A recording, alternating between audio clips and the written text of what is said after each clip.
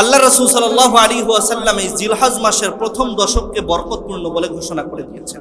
এটা শুধু রাসূল বলে নাই, বরং আল্লাহ তাআলা কোরআনুল কারীমের সূরাতুল ফাজরের মধ্যে জানান দিয়েছেন, ওয়াল ফাজরি ওয়া লায়ালিন আশর। আল্লাহ তাআলা এখানে দুইটা কসম করেছে, একটা হচ্ছে ফজরের সময়ের কসম, আর 10 রাত্রি এবং দিনের কসম করেছে। এই 10 দিন কোন দিন? এই 10 দিন হচ্ছে এই জিলহজ মাসের প্রথম দশকের কসম করেছে। আল্লাহ তাআলা তো মুখ দিয়ে একটা কথা বললে সেটাই গুরুত্বপূর্ণ, বান্দার জন্য আমল করা অপরিহার্য, কিন্তু আল্লাহ তাআলা কসম করেছে। তাহলে এই সময়টা জিলহজ মাসের প্রথম দশক কত গুরুত্বপূর্ণ। আল্লাহ রাসূল সাল্লাল্লাহু আলাইহি ওয়াসাল্লাম মোটামুটি কয়েকটা হাদিস থেকে আমলের কথা উম্মাহকে জানান দিয়েছেন।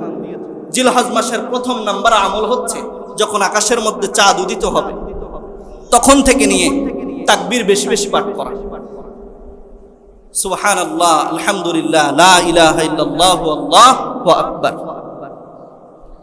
এই বেশি বেশি এই আমলটা করতে থাকা প্রথম দশক। এরপরে দ্বিতীয় নাম্বার আমল হচ্ছে এই জিলহজ মাসের চাঁদ উদিত হওয়ার পর থেকে নিয়ে কুরবানির দিন পর্যন্ত, কুরবানি শেষ না হওয়ার আগ পর্যন্ত আমাদের যেই এই নখ, দাড়ি, মোষ, চুল, অবাঞ্ছিত লোম, এই সমস্ত কিছু না কাটা। আল্লাহর হাবিব সাল্লাল্লাহু আলাইহি ওয়াসাল্লাম বলেন, যদি কেউ এই জিলহজ মাসের প্রথম দিন থেকে নিয়ে 10ই জিলহজ অর্থাৎ কুরবানি করার আগ মুহূর্ত পর্যন্ত যদি এইগুলো না কাটে আর কুরবানি করার পরে যদি কাটে, আল্লাহ সুবহানাহু ওয়া তাআলা তাদের কুরবানির সওয়াব দান করে দেন। এজন্য দ্বিতীয় নাম্বার আমল হচ্ছে এই যে 2 দিন আছে এর মধ্যে কেটে নেবেন, আর বাকি এই 10 দিন কাটবেন না। কুরবানি করে তারপরে এই নখ, চুল, অবাঞ্ছিত লোম এগুলো কাটবেন। তৃতীয় নাম্বার আমল হচ্ছে এই যে প্রথম দশকের 9 তারিখ পর্যন্ত এই 9 দিন রোজা রাখা। আল্লাহর হাবিব সাল্লাল্লাহু আলাইহি ওয়াসাল্লাম বলেন, এই জিলহজ মাসের প্রথম থেকে নিয়ে 9ম দিন পর্যন্ত যদি কেউ রোজা রাখে, আল্লাহ সুবহানাহু ওয়া তাআলা তারে প্রতিটা রোজার বিনিময়ে 1 বছরের নফল ইবাদতের, নফল সিয়ামের সওয়াব দান করে। সুবহানাল্লাহ।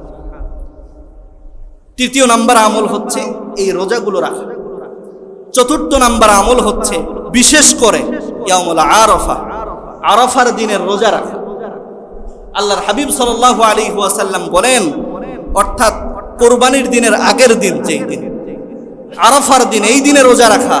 আল্লাহর হাবিব সাল্লাল্লাহু আলাইহি ওয়াসাল্লাম বলেন, সানাতাল্লাতি ক্বাবলাহু ওয়া বা'দাহু, আমি আল্লাহর রাসূল আশাবাদী যে ব্যক্তি আরাফার দিন রোজা রাখলো তার পূর্ণ 1 বছরের আল্লাহ সুবহানাহু ওয়া তাআলা আগের এবং পিছের সমস্ত গুনাহগুলো মাফ করে দেন। সুবহানাল্লাহ।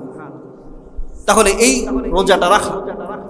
পঞ্চম নাম্বার এই জিলহজ মাসের প্রথম দশকের আমল হচ্ছে এই দিনের 9ম দিন অর্থাৎ ইয়াউমুল আরাফার প্রথম দিন, এই 9 জিলহজ থেকে 13 জিলহজ পর্যন্ত আয়ামে তাশরিক পাঠ করা।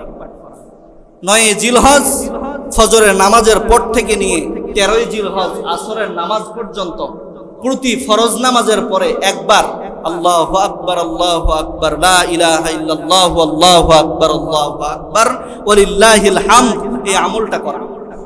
এটা প্রতি নামাজের পরে সালাম ফিরানোর পরে উচ্চ আওয়াজে পড়া ওয়াজিব। এজন্য এটা আমল করতে হবে। এবং কুরবানির দিনে সবচেয়ে বড় আমল হচ্ছে কুরবানি করা এবং ঈদগাহে নামাজ আদায় করা। আল্লাহ সুবহানাহু ওয়া তাআলা আমাদের সকলকে জিলহজ মাসের এই আমলগুলো করবার তৌফিক দান করুন। সকলে বলুন আমিন।